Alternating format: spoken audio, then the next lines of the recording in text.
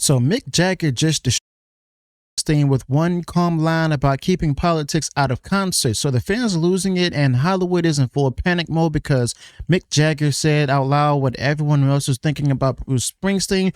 This is the kind of hilarious backfire where Mick Jagger barely lifts a finger, and Bruce Springsteen takes a whole handed the backlash straight to Bruce Springsteen, and the internet ran with it all week. So the biggest meltdown in music this time come from Mick Jagger gently reminding Bruce Springsteen what the job actually is. So Mick Jagger sat down with the New York Times podcast where they asked him about bringing politics, and he said it flat, and he doesn't want to lecture people.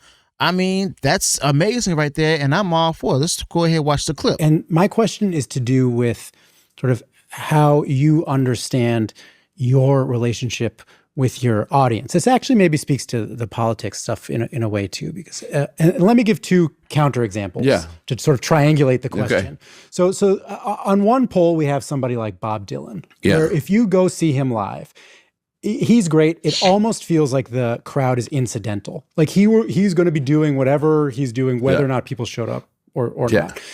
On the other end of the spectrum, you have somebody like a Bruce Springsteen, who clearly sees his job as engaging in a meaningful back and forth with his audience. It means something different to him. Yeah. What does your relationship to the audience mean to you? What do they represent, all those people out there? Well, first of all, it depends where you are and what kind of event it is. Like the New Orleans event, that's a festival. They didn't come to see you necessarily. You know, they bought their tickets before they knew you were coming. Right. If you play the New Orleans Jazz Festival, you know, we played that. Then we do Summer in the Park in London. You buy those tickets. Glastonbury. You buy those tickets because you like that festival. You always think something's good's going to happen, but you don't know. So they're not necessarily coming to see. They're not your biggest fans necessarily. I'm not saying that they hate you. Otherwise, it probably wouldn't be there. There's different levels of these kind of people, and you have to treat them in a slightly different way. The bottom line of my thing is that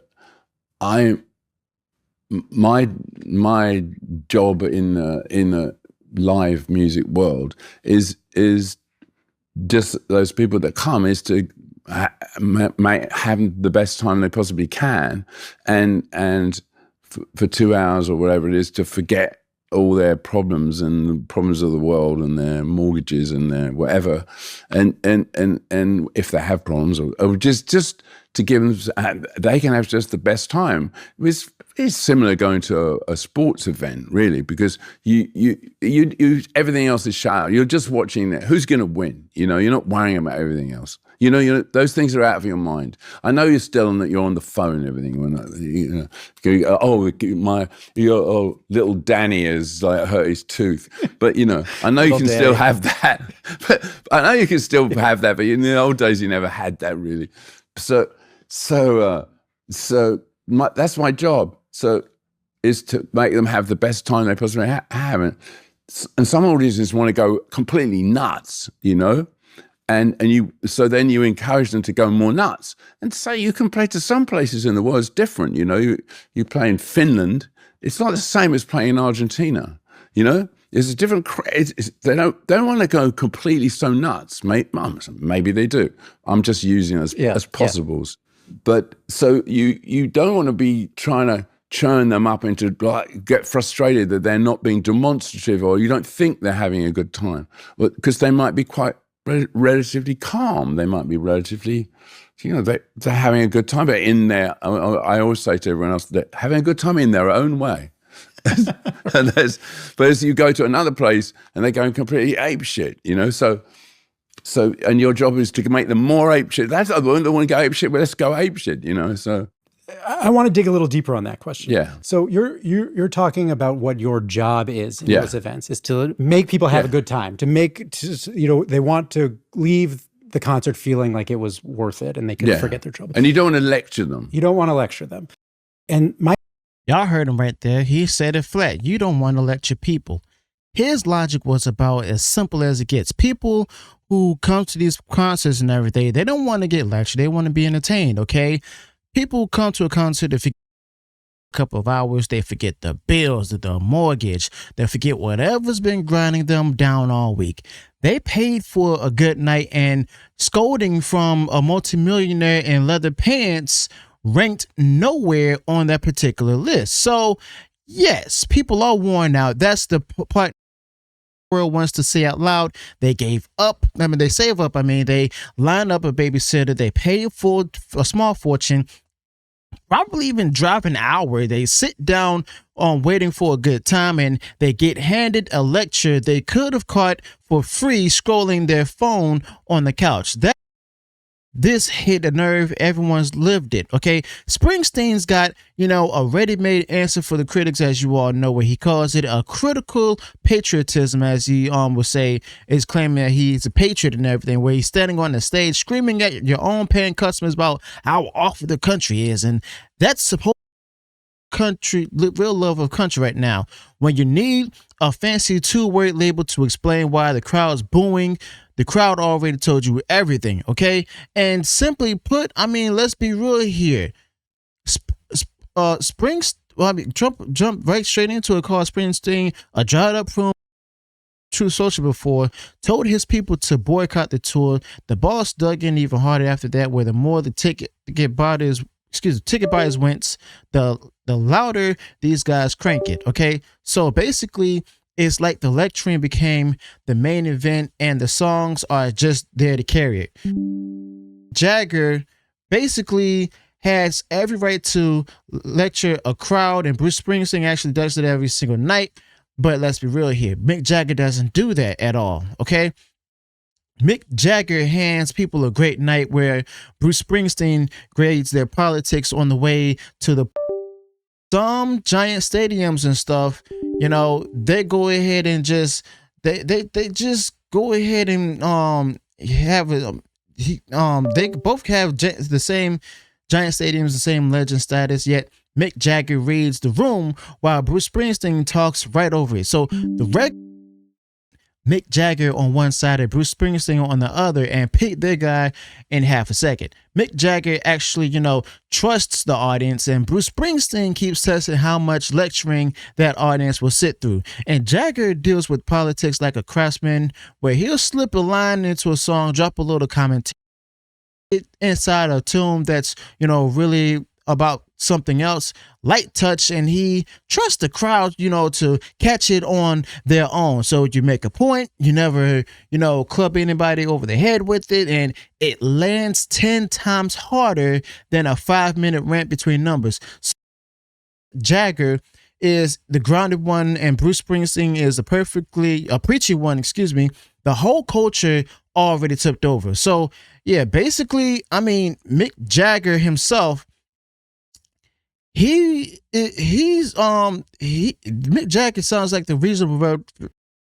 Bruce Springsteen is actually like the guy who missed the memo. The artist as activist act dies the second Mick Jagger looks, sane next to Bruce Springsteen, and audiences move from the sermons, and Mick Jagger gets that in the way that Bruce Springsteen still doesn't. So yes, Mick Jagger the movement, while Bruce Springsteen is about to learn it the hard way. So all the awards, every award show that created, every late night host lecturing, shrinking studio audience, every big movie that flopped while the people who made it act baffled. It's all the same disease. Tour, the crowd walked out the door and stopped bothering to explain why. Okay, so if you enjoy what's being shared here, go ahead and hit the subscribe button if you're watching this play out across Hollywood week after week, because we still need the second they break. So back to the story itself. The half-empty rooms on some of these politically tours and everything. The ticket prices are getting quietly slashed. People are online trading stories about, walking out mid-lecture and feeling zero guilt about it. And the market doesn't care about your feelings in the fancy patriotism label and just quits showing up. You see people here below this clip here supporting, Mick Jagger. Somebody says that Bruce Springsteen doesn't engage in back and forth. He harangues his audience with his hateful rhetoric. Somebody else here comments. It says where it talks about the New York Times interviewer can't help himself from lying back and forth. Since when? Springsteen subjects his audience, to insufferable progressive tirades, completely one-sided, since he would completely be humiliated in an open debate. I mean, that's definitely true. Definitely true. I mean, do your job, entertain the people, hand them the escape they pay good money for.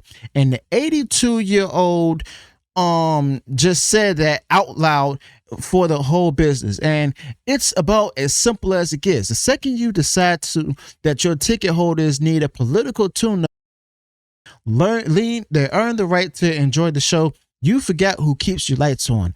Rock and roll used to be the escape hatch, and some of these guys turned it into homework with a 2-drink minimum. Okay, so yes, Mick Jagger answered one honest question, and it came down like a hammer on Bruce Springsteen's whole approach. Mick Jagger actually kept this short and straight to the point, while Bruce Springsteen keeps doubling down night after night. And Mick Jagger read the room cleanly, while Bruce Springsteen is still, swearing the crowd will thank him someday. So yes, the honesty from Mick Jagger stuck harder. Bruce Springsteen has given on this tour, and Mick Jagger walked away the winner here, of course, and Bruce Springsteen is still, talking over applause that already left the building. So, yes, to conclude this, basically, Mick Jagger handed the whole country a masterclass in reading a room, and Bruce Springsteen showed and Mick Jagger did it in 2 sentences, while Bruce Springsteen just needed a 10-minute speech to lose the crowd in a bunch of whining and, every pity party lecture. So yes, every celebrity should study how Mick Jagger played this and how badly Bruce Springsteen. And of course, Mick Jagger gave people the escape they paid for, and Bruce Springsteen handed them homework like it's something that's really completely unnecessary. So if you enjoy what was shared about Mick Jagger and the crowd refusing to bend while the Bruce Springsteen crowd melts down, go ahead and tap the channel, and I'll see you all in the next one.